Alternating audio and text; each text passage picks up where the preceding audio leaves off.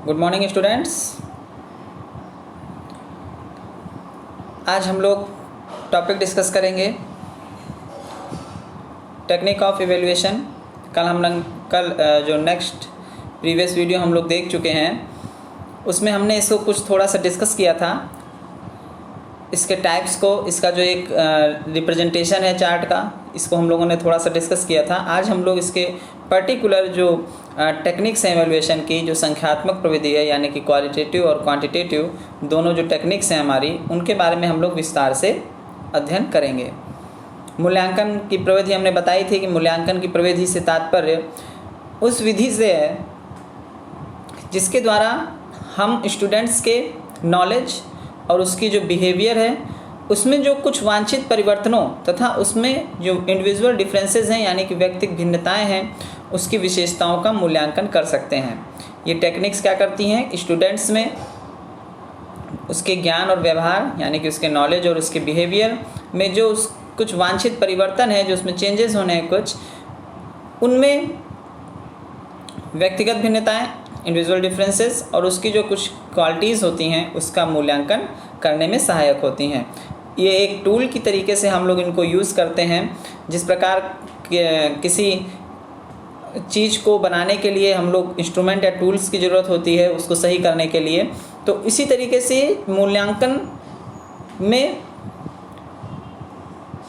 ये जो हमारा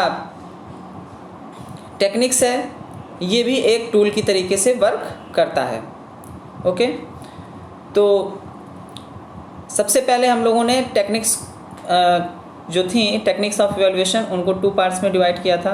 सबसे पहला आता है संख्यात्मक यानी कि जो क्वांटिटेटिव था, एंड गुणात्मक प्रविधि सेकंड इज यानी कि क्वालिटेटिव। संख्यात्मक प्रविधि को हमने 3 पार्ट्स में डिवाइड किया था, जैसा कि आप स्क्रीन पर देख पा रहे हैं। मौखिक परीक्षा, लिखित परीक्षाएँ, तब प्रयोगात्मक परीक्षाएँ, ओरल, रिटन और प्रैक्टिकल। फिर लिखित परीक्षाओं को हम लोगों ने 3 पार्ट्स में रखा था, लघु उत्तरीय, वस्तुनिष्ठ और दीर्घ उत्तरीय। ओके, नेक्स्ट वस्तुनिष्ठ प्रश्न हमारे 2 टाइप्स के होते हैं, एक पुनः स्मरणात्मक प्रश्न, सेकंड इज पहचानात्मक प्रश्न यानी कि रिकॉल टाइप और रिकॉग्निशन टाइप। जिसमें रिकॉल टाइप में हमारे 2 टाइप्स के थे, साधारण पुनः स्मरणात्मक एंड सेकंड इज रिक्त स्थानों की पूर्ति यानी कि fill in the blanks. Okay, next जो था हमारा रिकॉग्निशन टाइप्स, उसको हम लोगों ने 5 पार्ट्स में डिवाइड किया था। बहुविकल्पी प्रश्न, सत्य सत्य यानी ट्रू फॉल्स, मिलानात्मक यानी match the following, next classification type and next अनुपातात्मक टाइप। रेशियो वाले जो क्वेश्चन होते हैं हमारे, रेशियो प्रोपोर्शन वाले, उससे रिलेटेड क्वेश्चंस को हमने इसमें रखा गया था। नेक्स्ट हमारी क्वालिटेटिव टेक्निक्स जो आती है यानी कि गुणात्मक प्रविधि, उसमें हम लोगों ने कुछ पार्ट्स में कुछ उसके टूल्स थे इम्पॉर्टेंट, जैसे प्रेक्षण यानी ऑब्जर्वेशन, अवलोकन, नेक्स्ट एनेक्डोटल रिकॉर्ड, थर्ड था checklist and next is the interview, साक्षात्कार, cumulative record, rating scale and प्रश्नावली। तो ये कुछ क्वालिटेटिव टेक्निक्स थी। आज हम इन सभी टेक्निक्स का विस्तार पूर्वक अध्ययन करेंगे। तो सबसे पहले हम लोग पढ़ते हैं संख्यात्मक प्रविधि में मूल्यांकन की जो संख्यात्मक प्रविधियां हैं उसमें सबसे पहले हम लोग डिस्कस करेंगे मौखिक परीक्षाएं। ओके, संख्यात्मक प्रविधि में हम लोग देख रहे हैं संख्यात्मक प्रविधि को उन्होंने 3 पार्ट्स में डिवाइड किया था, मौखिक परीक्षा, लिखित परीक्षा और प्रयोगात्मक परीक्षा। ओके, नाउ तो अब हम लोग पढ़ेंगे संख्यात्मक प्रविधि। संख्यात्मक प्रविधि में सबसे पहले हम लोग बात करते हैं मौखिक परीक्षा यानी कि ओरल एग्ज़ाम्स। वो ओरल एग्ज़ाम्स जैसा कि उसके नाम से ही हमको पता चल रहा है कि इसमें जो भी एग्ज़ाम होगा वो ओरल होगा। तो इसमें मौखिक परीक्षाओं में इन परीक्षाओं द्वारा विद्यार्थियों की उपलब्धियों के उन पक्षों का मूल्यांकन किया जाता है जिसमें हम लिखित परीक्षाओं द्वारा मापन नहीं कर सकते। मीन्स कहने का क्या तात्पर्य है कि इसके अंतर्गत जो हमारे ओरल एग्ज़ाम्स होते हैं, मौखिक परीक्षाएं होती हैं, इनमें जो स्टूडेंट्स हैं उनके उन पक्ष का, उनके उस एस्पेक्ट का अध्ययन किया जाता है जिनका हम लिखित परीक्षाओं द्वारा मूल्यांकन नहीं कर सकते। हम लोग लिखित परीक्षा द्वारा कुछ स्टूडेंट्स के कुछ पक्ष होते हैं, जैसे उसने कितना नॉलेज गेन किया है ना, उन सबको हम लोग लिखित परीक्षा के माध्यम से पता करते हैं कि उसने कितना पढ़ा है, कितना नॉलेज गेन किया है और कितना सीख पाया है। लेकिन कुछ पक्ष उसके ऐसे भी होते हैं, कुछ एस्पेक्ट जिनको हम लिखित परीक्षा के थ्रू नहीं जान सकते, हम लोग उसको ओरल परीक्षाओं के थ्रू ही जान सकते हैं। तो मीन्स कहने का क्या तात्पर्य है कि इन परीक्षाओं द्वारा विद्यार्थियों की उपलब्धियों के उन पक्षों का मूल्यांकन किया जाता है जिन्हें हम रिटन एग्ज़ाम्स के द्वारा नहीं जान सकते, नहीं मेज़र कर सकते। ओके, इन परीक्षाओं का प्रयोग जैसे पढ़ने की योग्यता, उच्चारण, प्रोनाउंसिएशन एंड सूचनाओं की जांच तथा लिखित परीक्षाओं की कमियों की पूर्ति करने के लिए किया जाता है। हम लोग का प्राइमरी सेक्शन में रीडिंग स्किल्स पर हमारे सबसे ज़्यादा फोकस किया जाता है। तो वहाँ पर क्या होता है, ओरल एग्ज़ाम होता है, 5 मार्क्स उसके भी दिए जाते हैं। तो कहीं ना कहीं वो क्या करता है, हमारी पर्सनालिटी को डेवलप करने में सहायक होता है। वो ऐसा नहीं है कि वो एग्ज़ाम सिर्फ इसलिए लिए जाते हैं कि हमको नंबर देने हैं, वो एग्ज़ाम इसलिए भी लिया जाता है जिससे हमारी पर्सनालिटी डेवलप हो सके, हमारा प्रोनाउंसिएशन अच्छा हो सके, हम अच्छी तरीके से लिख सकें उसको। ओके, जो पढ़ने की योग्यता है, यानी कि जो उसकी पढ़ने की एबिलिटी है, वो सेंटेंस को किस तरीके से पढ़ता है, एक एक्सप्रेशन के साथ। सपोज़ हम अगर हिंदी की कोई कविता लें, तो अगर हम उसको पढ़ रहे हैं तो उस कविता को, उस पोएम को पढ़ने का एक तरीका होता है। अगर वो वीर रस से भरी हुई है तो उसको उस तरीके से पढ़ा जाता है। ओके, अगर वो श्रृंगार रस से भरी हुई है तो उसको उस तरीके से, मीन्स जिस फॉर्म में उसको हमें पढ़ना है उसको पढ़ने का एक तरीका आना चाहिए। उसमें एक ऐसी योग्यता डेवलप हो जानी चाहिए स्टूडेंट में कि वो, सपोज़ कोई दोहा है तो दोहे को पढ़ने का एक तरीका होना चाहिए। दोहे को हम सेंटेंस की तरीके से नहीं पढ़ सकते और एक सेंटेंस को हम दोहे की तरीके से नहीं पढ़ सकते। तो मीन्स यहाँ पर कहने का क्या तात्पर्य है कि एक बच्चे में जो पढ़ने की योग्यता की बात की जा रही है, तो वो किस चीज़ को किस तरीके से रिप्रेजेंट करना है, वहाँ पर उसकी बात हो रही है। उच्चारण, प्रोनाउंसिएशन, वर्ड्स का, शब्दों का, शा और सा में अंतर। ओके, जो भी हमारे शब्द हैं उसमें डिफरेंस, उसका प्रोनाउंसिएशन किस तरीके से कहाँ पर यूज़ होना है। ओके, और सूचनाओं की जांच, जो भी उसकी इंफॉर्मेशन है उसकी जांच की जाती है। ओके, कि जो उसके पास नॉलेज है, जो उसके पास इंफॉर्मेशन है, वो कितनी सत्य है। तो इन सब चीज़ों को करने के लिए हम लोग क्या करते हैं, ओरल एग्ज़ाम्स को कंडक्ट करते हैं। क्लास में टीचर कहता है रीडिंग करिए, तो जब वो रीडिंग करता है स्टूडेंट, चाहे वो किसी भी लेवल का हो, स्टार्टिंग में प्राइमरी, प्री प्राइमरी से उसको ये सब सिखाया जाता है, लेकिन एक बड़े लेवल पे आके वहाँ पर उसको देखा जाता है कि उसने कितना सीखा। जांच तो उसकी उस क्लास में भी की जाती है, प्राइमरी और प्री प्राइमरी स्टेज पर। लेकिन एक मैच्योर की अगर बात की जाए, मैच्योर स्टूडेंट्स जो हमारे होते हैं, हाई स्कूल, इंटर के जो होते हैं स्टूडेंट्स, तो उनमें ये एबिलिटी अच्छी तरीके से आ जानी चाहिए। ओके, तो यहाँ पर यही चीज़ है कि लिखित परीक्षाओं की कमियों की पूर्ति करने के लिए किया जाता है।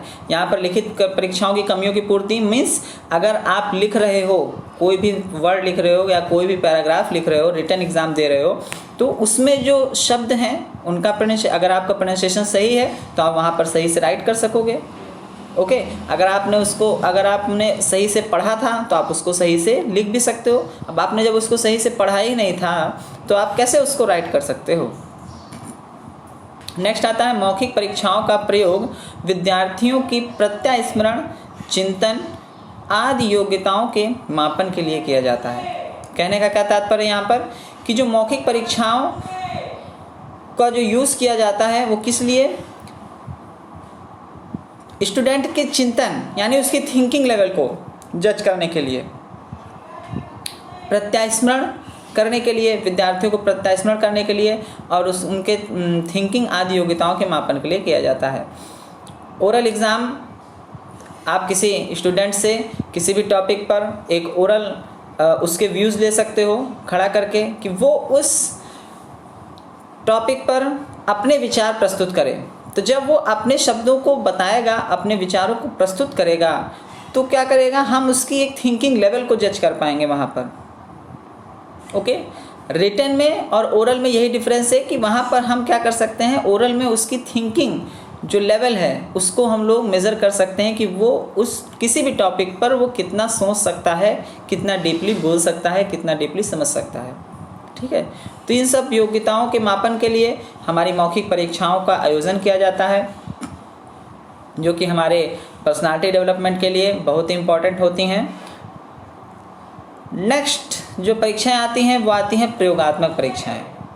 प्रयोगात्मक परीक्षाएं मीन्स प्रैक्टिकल एग्ज़ाम्स। तो इसके नाम से जैसे क्लियर है कि प्रैक्टिकल मीन्स उसमें क्या होगा कि प्रैक्टिकल एग्ज़ाम्स ज़्यादा से ज़्यादा किए जाने चाहिए। मैथमेटिक्स सब्जेक्ट में अगर हम लोग बात करें तो मैथमेटिक्स सब्जेक्ट में अनेक ऐसे टॉपिक्स होते हैं, बहुत से ऐसे टॉपिक्स होते हैं जिनमें प्रयोगात्मक कार्य के द्वारा प्रत्ययों यानी कॉन्सेप्ट और संकल्पनाओं का स्पष्टीकरण कराया जाता है। मीन्स प्रयोग के द्वारा, प्रयोग मतलब उनको प्रैक्टिस कराई जाती है, उनको उस पर वर्क कराया जाता है, प्रैक्टिकल कराया जाता है। जब वो स्टूडेंट्स प्रैक्टिकल करके सीखता है, हम लोग जानते हैं, पढ़ चुके हैं कि जब स्टूडेंट स्वयं कोई कार्य करके सीखता है या प्रैक्टिकल वर्क करके सीखता है तो उसके द्वारा जो नॉलेज उसको गेन होता है वो बहुत ही स्थायी होता है, स्टेबल होता है। वो जो ज्ञान होता है उसके माइंड में वो बहुत दिनों तक रहता है। ओके, तो बहुत ही इम्पॉर्टेंट चीज़ है, हमें हमेशा प्रयास करना चाहिए कि हम हर चीज़ को प्रैक्टिकल तरीके से सीख सकें। अगर उसमें प्रैक्टिकल नहीं है तो हम उसको कहीं ना कहीं अपनी डेली लाइफ से रिलेट करके सीख सकें, जिससे क्या होगा कि हमें वो जो चीज़ है जो हमने सीखी है वो ज़्यादा समय तक हमारे माइंड में, दिमाग में रहेगी। एक स्थायी ज्ञान प्राप्त होता है स्टूडेंट को, और इसके द्वारा बालकों का मानसिक विकास भी होता है।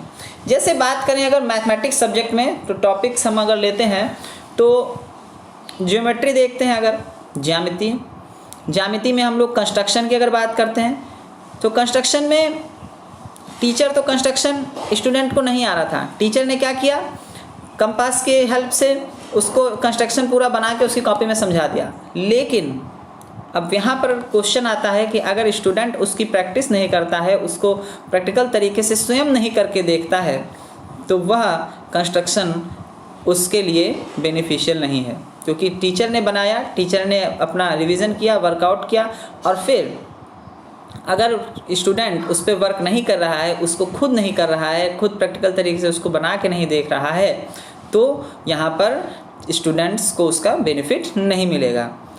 ओके, उसमें हम लोग जैसे कंस्ट्रक्शन में हम लोग ओरल बताते हैं, लेकिन ओरल क्या होता है कि कॉन्सेप्ट क्लियर नहीं होते हैं, इसलिए हमको उसको प्रैक्टिकल तरीके से कंपास की हेल्प से उसको करके दिखाना पड़ता है कि किसी सर्किल का अगर हाफ करना है या कोई उससे स्पर्श रेखा खींचनी है, ओके, कोई उससे टेंजेंट खींचना है, ओके, या उसका बाइसेक्ट करना है किसी लाइन का, तो ये सब चीज़ें क्या हैं, ये सब हम ओरल तो बता सकते हैं, लेकिन स्टूडेंट उस ओरल को पूर्ण रूप से गेन नहीं कर पाएगा। इसमें हमको करके दिखाना पड़ेगा, इसमें प्रैक्टिस की ज़रूरत होती है, प्रैक्टिकल की ज़रूरत होती है।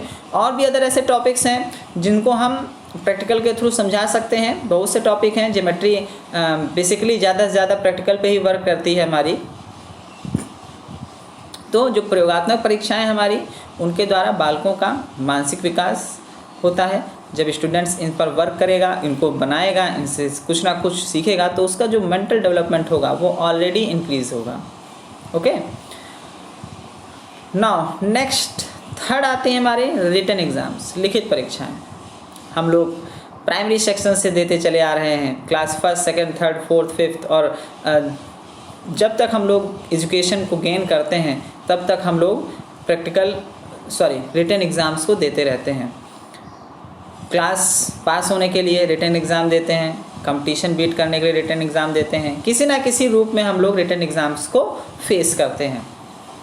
तो लिखित परीक्षाओं से सभी लोग जुड़े हुए हैं, ऐसा कोई नहीं है जो लिखित परीक्षाओं के बारे में नहीं जानता है।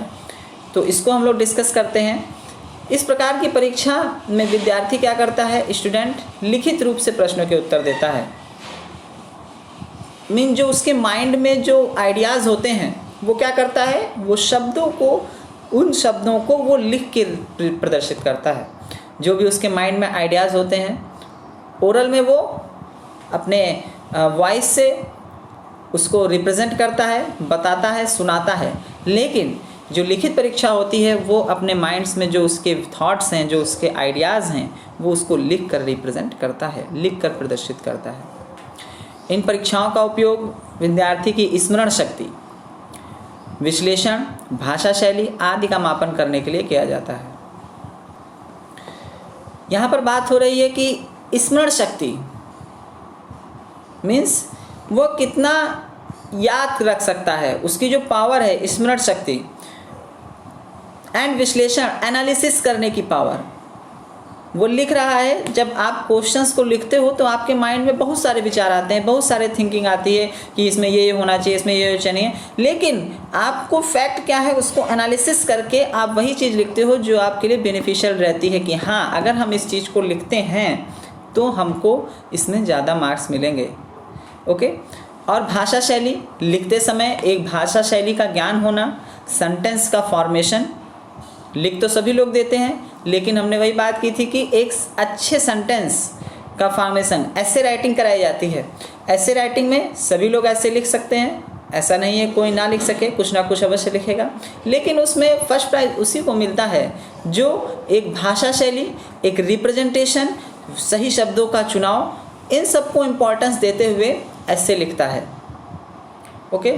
तो यहाँ पर यही बात की जा रही है लिखित परीक्षा कि अपने आंसर को स्टूडेंट रिटन रूप में प्रेजेंट करता है, मीन्स अपने को वो रिप्रेजेंट करता है रिटन रूप में।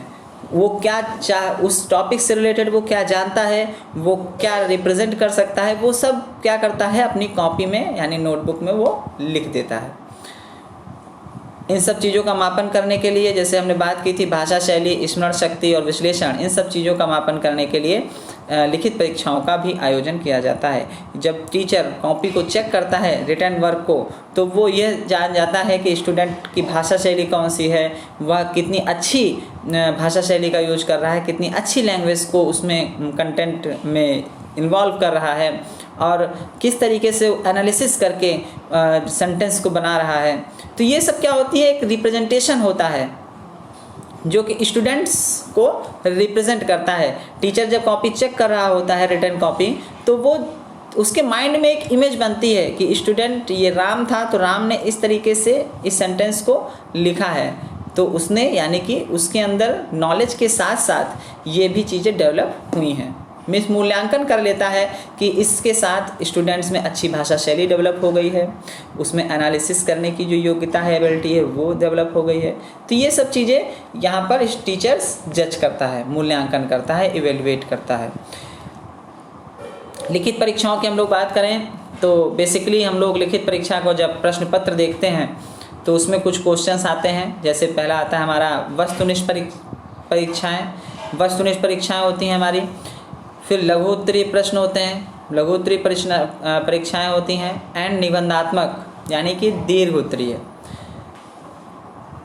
तो ये तीन तरीके के बेसिकली हम लोग प्रश्न पत्र में हम लोग देखते हैं क्वेश्चन।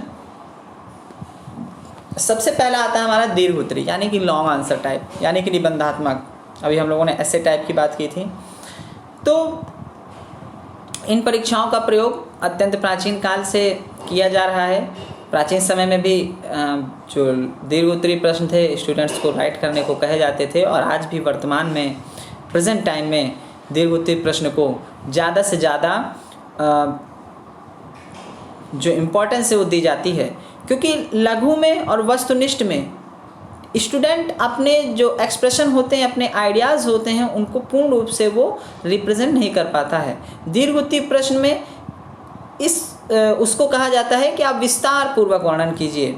विस्तार पूर्वक में वो क्या करता है, अपने आइडियाज़, अपनी जो थिंकिंग है उसको वर्ड्स में राइट करके रिप्रेजेंट करता है। इस हॉरेकमैन ने इसको सबसे पहले हॉरेकमैन ने अमेरिका में प्रयोग किया दीर्घ उत्तरीय प्रश्न को। निबंधात्मक परीक्षा परंपरागत है, यह विषयनिष्ठ होती है, यानी कि ये सब्जेक्टिव होती है। कहने का तात्पर्य ये कैसी होती है, ये सब्जेक्टिव होती है। इसमें रटने पर बल दिया जाता है। स्टूडेंट्स रटता है, ऐसे पढ़ता है, लॉन्ग आंसर पढ़ता है तो वो क्या करता है, उस लॉन्ग आंसर को रटता है। और विद्यार्थी तथ्यों को रटकर परीक्षा में हूबहू लिखने का पूर्ण प्रयास करता है। हूबहू मतलब अक्षरशः यहाँ पर लिखा हुआ वर्ड अक्षरशः मतलब हूबहू। अगर वहाँ पर लिखा था कि राम ने उसको 5 रुपए दिए, तो वो ये नहीं कह सकता है कि श्याम ने 5 रुपए लिए, वो यही चीज़ लिखेगा कि राम ने 5 रुपए दिए। तो एक कहने का तात्पर्य क्या है, जब उसने उस चीज़ को रट लिया है। रटने का मतलब हूबहू सेंटेंस एज इट इज़ लिखना। ओके, कुछ स्टूडेंट्स में रटने की जो प्रवृत्ति होती है वो बहुत ही ज़्यादा पाई जाती है। वो अगर कहा जाए तो वो एज इट इज़ राइट कर सकते हैं, तो ये उनके अंदर एक क्वालिटी होती है। कुछ लोग होते हैं जिनको रट के बिल्कुल नहीं समझ में आता है, वो सिर्फ समझते हैं कि टॉपिक क्या है, उस टॉपिक के अंदर हमको क्या राइट करना है, कौन कौन सी हेडिंग्स हैं, सिर्फ वो इस चीज़ को पढ़ते हैं और पूरा लॉन्ग आंसर अपनी थिंकिंग पर लिखते हैं। लेकिन कुछ स्टूडेंट्स हमारे ऐसे भी होते हैं, वो एज इट इज़ पूरे क्वेश्चन को रट लेते हैं। तो कहने का तात्पर्य है कि जो हमारी दीर्घ उत्तरीय प्रश्न की जो प्रविधि है, जो एक टेक्निक है इवेल्युएशन की, इसमें रटने पर सबसे ज़्यादा बल दिया जाता है। मोस्टली प्रोबेबिलिटी इसी की रहती है, प्रायिकता इसी की रहती है कि अधिकतर स्टूडेंट क्या करते हैं, उसको रटते हैं, क्योंकि लॉन्ग आंसर याद नहीं किया जाता है। लेकिन रटने पर अधिक बल दिया जाता है, लेकिन हमको हर चीज़ को समझ के पढ़ना चाहिए। इस परीक्षा में प्रश्नों के उत्तर निश्चित समय के अंदर निबंध रूप में देने होते हैं या देते हैं। स्टूडेंट क्या करते हैं, एक निश्चित समय होता है, 2.5 घंटे का पेपर है, 3 घंटे का पेपर है, तो उसी में हमको क्या करना है, लॉन्ग आंसर राइट करना है। और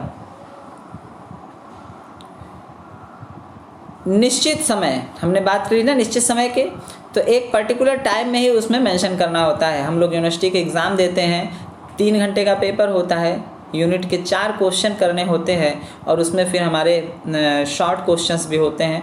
तो उसी एक निश्चित समय में राइट करा जाता है।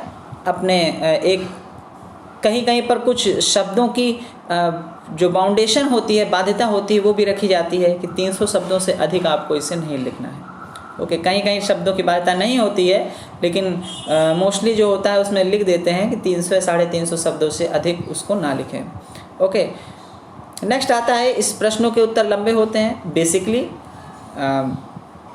सामान्यतः हम लोग जानते हैं दीर्घ उत्तरीय प्रश्न जो होता है उसके जो आंसर होते हैं, इसीलिए उसको दीर्घ उत्तरीय कहा गया, यानी कि लंबा स्वरूप, उसका एक बिग एक्सपेक्ट है, हम लोग रिप्रेजेंट करते हैं। इन परीक्षाओं में प्रश्नों की संख्या अन्य परिणामों की तुलना में कम होती है।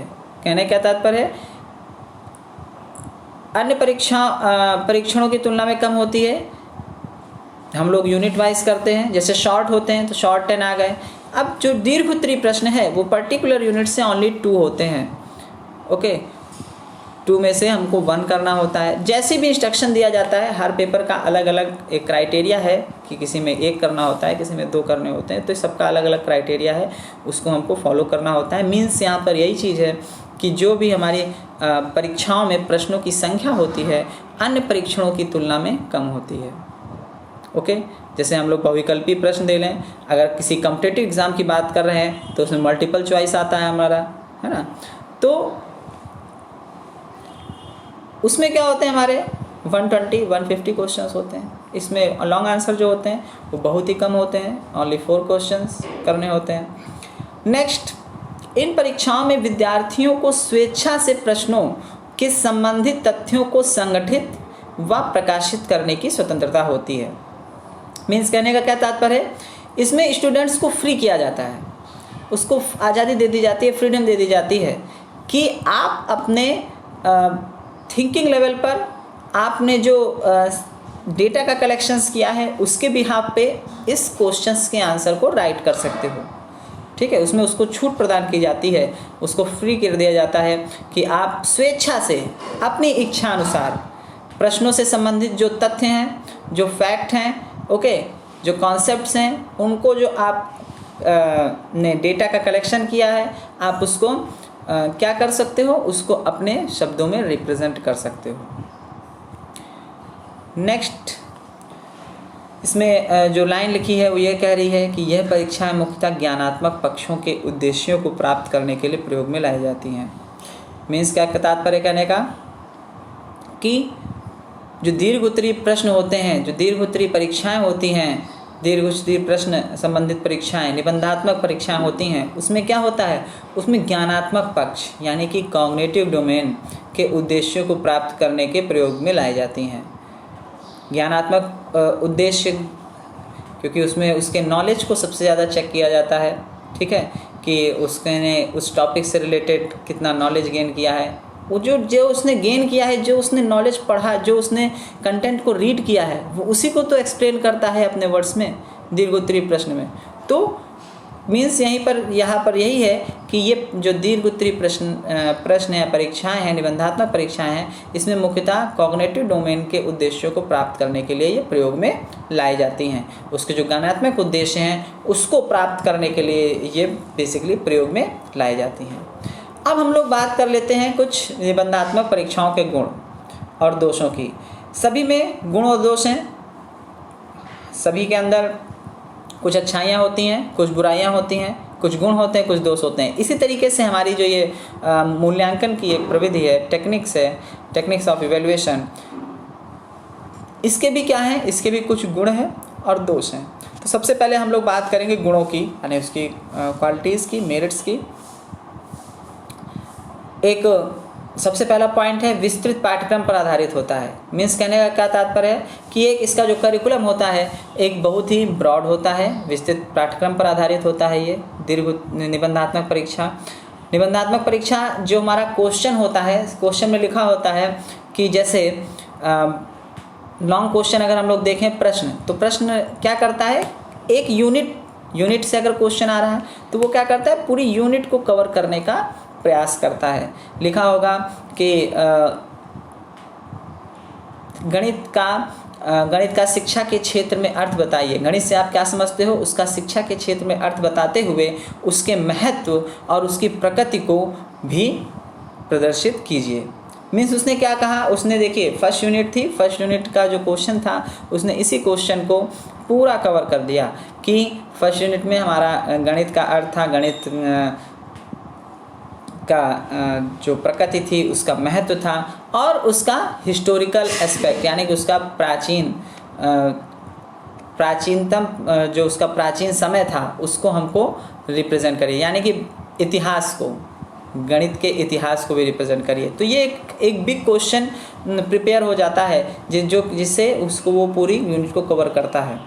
नेक्स्ट, रचना एवं प्रशासन में सुगमता होती है। रचना एवं प्रशासन में सुगमता से क्या तात्पर्य है, जैसे हम लोग जो बहुविकल्पी प्रश्न होते हैं उसमें हमको डीपली स्टडी करके तब क्वेश्चन को सेलेक्ट करना पड़ता है, लेकिन जो हमारा दीर्घ उत्तरीय प्रश्न होता है उसमें रचना करने में कोई दिक्कत नहीं होती है। हम लोग सिर्फ टॉपिक को देखते हैं कि इस हमारे सिलेबस में ये है, तो उस तरीके से क्वेश्चन को फॉर्मेशन करके रिप्रेजेंट कर देते हैं कि हाँ ये जो हमने क्वेश्चन था ये एक लॉन्ग क्वेश्चन 2 लाइन का हो गया, लेकिन जो अगर हम लोग वहीं पर अगर कंपैरिजन करें तो जो हम बहुविकल्पी क्वेश्चंस को बनाते हैं तो हमको डीपली मैटर रीड करना पड़ता है, उसी से हम लोग उसको बनाते हैं।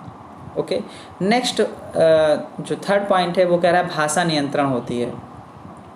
भाषा नियंत्रण होती है, भाषा कंट्रोल होती है, इसमें लैंग्वेज को कंट्रोल किया जा सकता है। ओके, नेक्स्ट मौलिकता का परीक्षण करती है। ये परीक्षा क्या करती है, मौलिकता का परीक्षण करती है। ये सब इसकी कैरेक्टरिस्टिक हैं। नेक्स्ट आता है निर्माण की दृष्टि से सुगमता होती है, वही हम लोग बात कर चुके हैं। रचना एवं प्रशासन की दृष्टि से सुगमता होती है। श्रम व समय की बचत होती है। श्रम व समय की बचत होती है मीन्स हमको जब उसमें ज़्यादा कंटेंट क्वेश्चंस छांटने नहीं होते हैं बनाने के लिए, तो हमें इससे क्या होता है, ज़्यादा श्रम भी नहीं लगता और समय भी नहीं लगता। हम लोग सिर्फ सिलेबस उठाते हैं, क्वेश्चन जो इंपॉर्टेंट जो टॉपिक्स होते हैं उसी के बेस पे हम लोग क्वेश्चंस का फॉर्मेशन कर देते हैं। नकल की संभावना कम होती है। देखिए सबसे इम्पोर्टेंट पॉइंट है कि नकल की इसमें संभावना कम होती है। बहुविकल्पी क्वेश्चनों में हमारे ज़्यादा हो जाती है, जिसमें बहुत सारे ऑप्शंस दिए होते हैं। स्टूडेंट्स ने पूछ लिया फर्स्ट का कौन सा आंसर सही है, थर्ड उसने उठा के लगा दिया, आंसर सही हो गया। ओके, लेकिन इसमें क्या होता है कि स्टूडेंट्स हूबहू किसी की कॉपी नहीं कर सकता है। कुछ कंटेंट को हम मान सकते हैं 1-2%, उसके अंदर 2 टॉपिक थे, हाँ उसको वो पता चल जाए, लेकिन जो नकल की संभावना, इसीलिए लिखा गया है नकल की संभावना कम होती है। होती तो है लेकिन कम होती है। हम ये नहीं कह सकते नकल हो ही नहीं सकती है। अगर अगल बगल बैठा दिए जाए 2 स्टूडेंट्स एक कमरे में तो नकल हो सकती है, ऐसा नहीं है, लेकिन हाँ मोस्ट जो प्रोबेबिलिटी होगी, प्रायिकता होगी, उसमें नकल की संभावना बिल्कुल ना के बराबर होगी, यानी कि बहुत ही कम होगी। ओके, फिर पॉइंट है इसमें लेखन शक्ति के विकास व जांच में सहायक होती है। लेखन शक्ति के विकास, अब इसमें क्या कह रहा है, लेखन शक्ति का विकास यानी कि राइटिंग स्किल्स, और उसको जांचने में सहायक होती है। स्टूडेंट्स, हम लोगों ने बात करी थी ऊपर कि स्टूडेंट जब राइट करता है अपने आइडियाज़ को, तो उसकी स्किल्स उसमें कौन कौन सी डेवलप हुई हैं उसको टीचर को पता चल जाती है।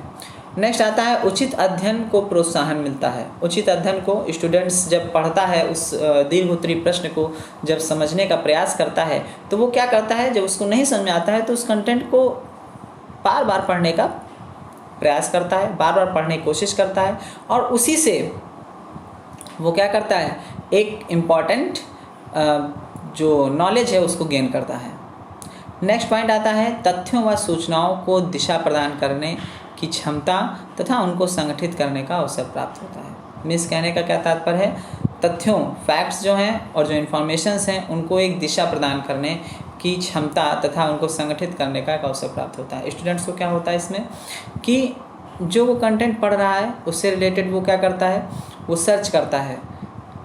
उसको अगर उसमें सेटिस्फैक्शन नहीं हो रहा है तो वो क्या करता है, उससे रिलेटेड क्वेश्चंस को करता है, सॉल्व करता है। मैथमेटिक्स के अगर हम लोग एस्पेक्ट में देखें तो सपोज़ हमने सिंपल इंटरेस्ट स्टूडेंट्स को पढ़ा दिया है, तो वो क्या करता है, उससे रिलेटेड जो क्वेश्चंस होंगे उनको कलेक्ट करके उनको सॉल्व करने का प्रयास करेगा। मीन्स उसको एक ऐसा हम लोग अवसर प्रदान करते हैं जिसमें वो इन सब प्रॉब्लम्स को सॉल्व कर सकता है। तो ये थे निबंधात्मक परीक्षाओं के कुछ इम्पॉर्टेंट गुण। तो बहुत ये अब इसमें जो है नेक्स्ट वो है दीर्घ उत्तरी प्रश्नों के दोष, जिसको हम लोग नेक्स्ट क्लास में डिस्कस करेंगे। तो आज के लिए हम लोग यहीं पर क्लास को स्टॉप करते हैं। दीर्घ उत्तरी प्रश्न इम्पॉर्टेंट है, ये जितने भी हैं हमारे हमने टाइप्स पढ़े आज, जो मौखिक परीक्षाओं में थी हमारे, लिखित परीक्षा, मौखिक परीक्षाएं, प्रयोगात्मक परीक्षाएं और लिखित परीक्षाएं। ओके, मीन्स संख्यात्मक प्रविधि में थी, उसमें हम लोगों ने आज निबंधात्मक प्रश्न पढ़ा है। निबंधात्मक प्रश्न के कुछ दोष हैं जिसको हम लोग नेक्स्ट क्लास में डिस्कस करेंगे। Okay, thank you class.